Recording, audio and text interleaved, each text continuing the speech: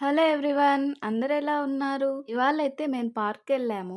మా పాపకు నేచర్ అంటే చాలా ఇష్టం. అందుకే పార్క్‌కి ప్లాన్ చేశాము. బెంగుళూరులో పార్క్స్ చాలానే ఉంటాయి. చాలా ప్రశాంతంగా ఉంటుంది.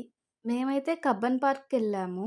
ఇంటి దగ్గరే బేబీకి కావాల్సినవన్నీ తీసుకొని, అలాగే మాకు గూడా ఫుడ్ ప్రిపేర్ చేసుకొని వెళ్ళాము. కబ్బన్ పార్క్‌లో చాలా మంది ఆఫీస్ మీటింగ్స్, అలానే ఫ్రెండ్స్ అందరూ చాలా మందైతే స్కేటింగ్ నేర్చుకుంటూ ఉన్నారు.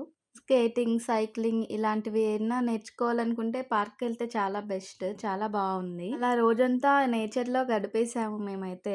పాపకు కూడా చాలా బాగా నచ్చింది.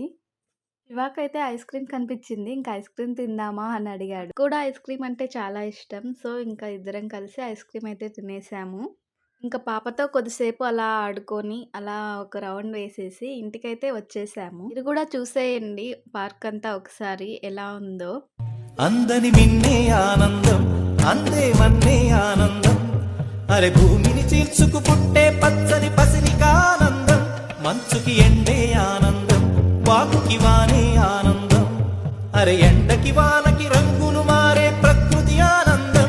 బ్రతుకే నూరేళ్ళందం, బ్రతుకే బ్రహ్మానందం.